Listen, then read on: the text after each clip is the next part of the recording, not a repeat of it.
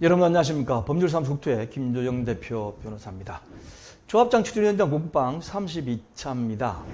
우리가 일반적으로 접하는 재건축 재개발 조합에는 대부분 이사회와 대의원회가 있어요. 그런데 여러분 총회에 조합원을 대지해서 대리 출석할 수 있다는 것은 알지만 이사회하고 대의원회도 대리 출석이 가능한가요? 또 이사회하고 대의원회도 서면 결의서가 가능한가요? 여기에서 혹시 궁금증 느끼보신 적 없습니까?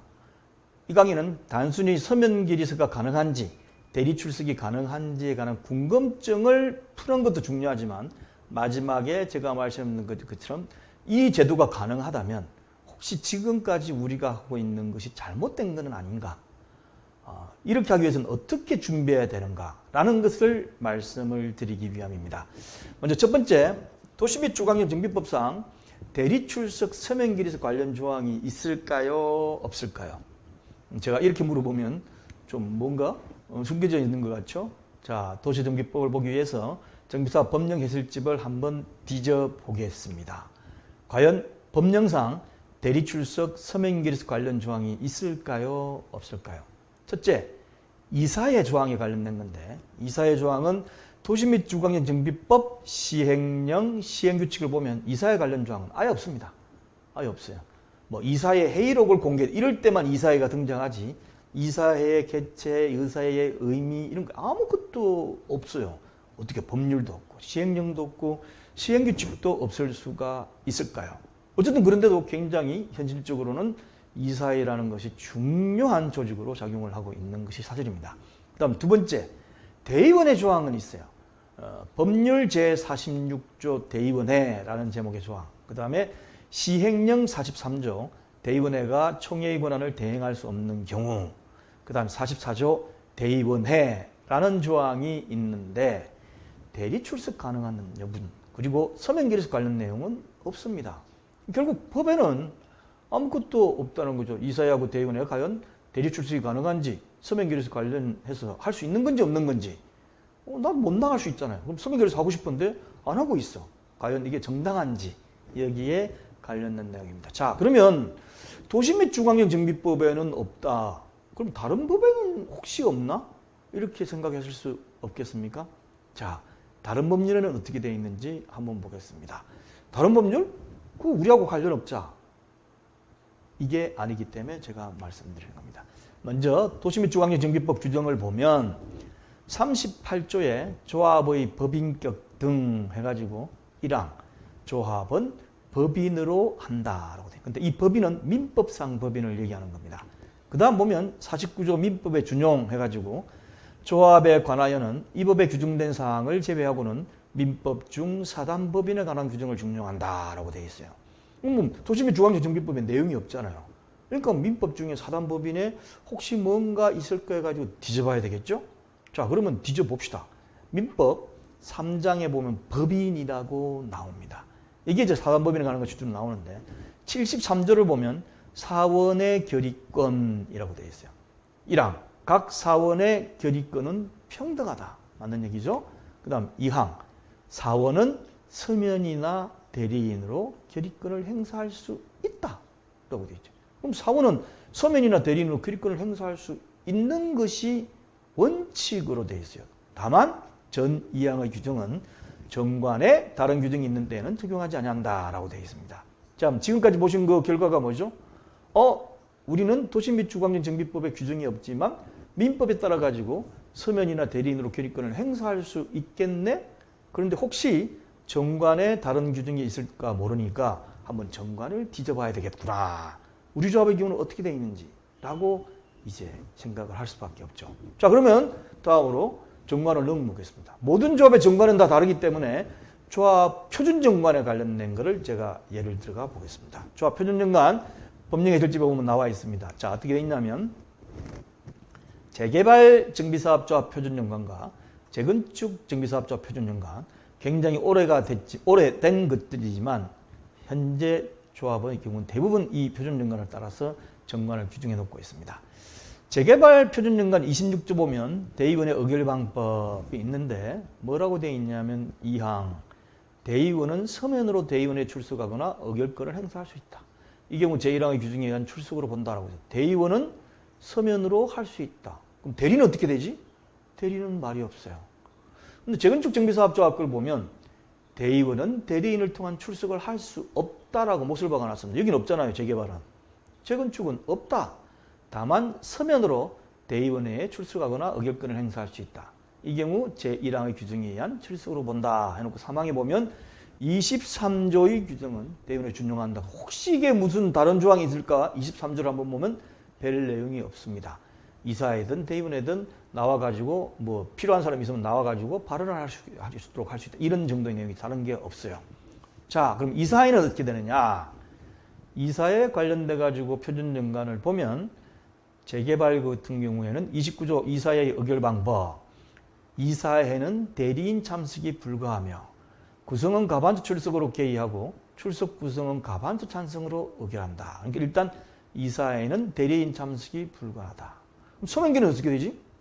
서명결에서도 말이 없어요. 예. 그 다음에 재건축은 어떻게 되느냐? 29조 이사회 의결 방법.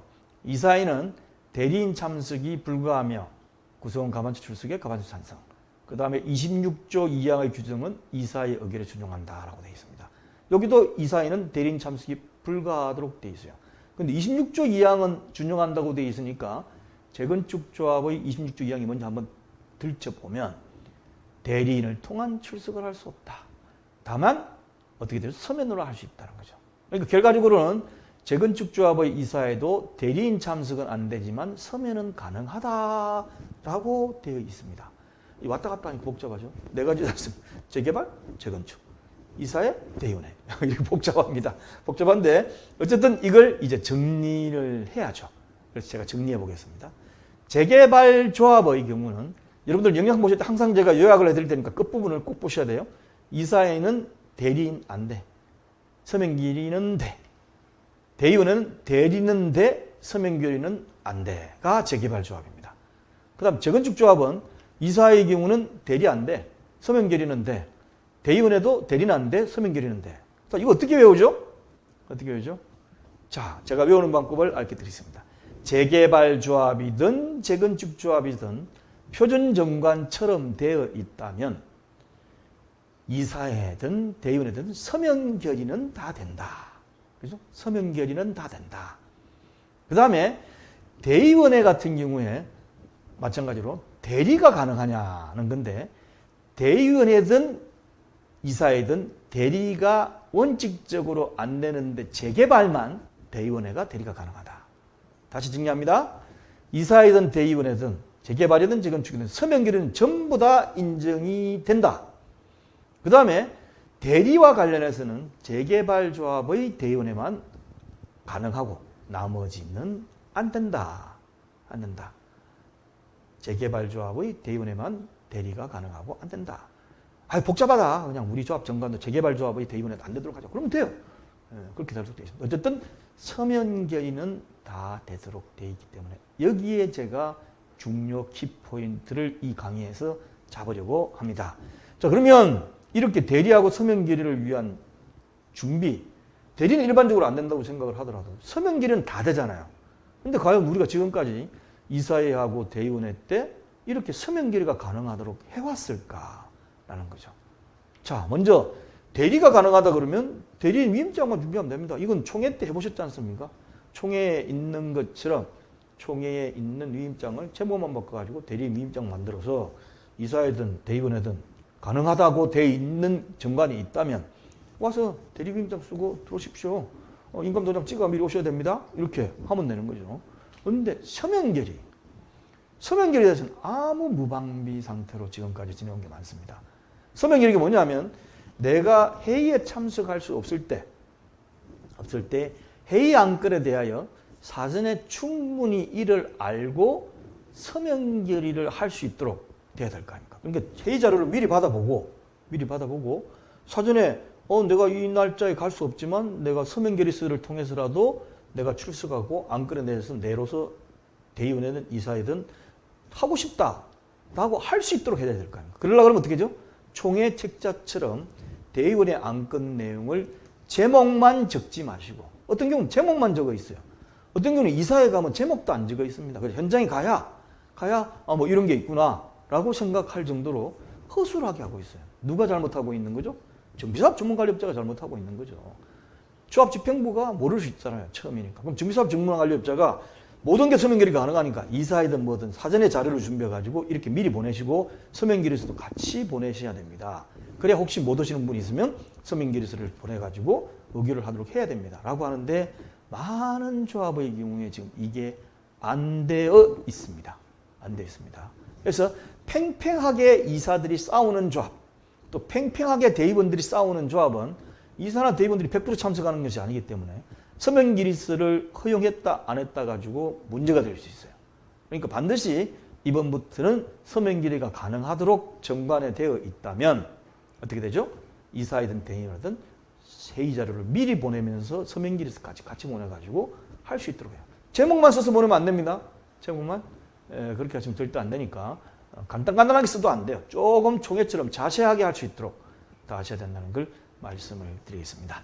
자, 홈페이지인 r119co.kr에 오시면 홈페이지 하단부에 12번 공부방란에 실어 놓도록 하고 동영상에도 몇 가지는 공개를 하도록 하겠습니다. 감사합니다. 다음 시간에 또 뵙도록 하겠습니다.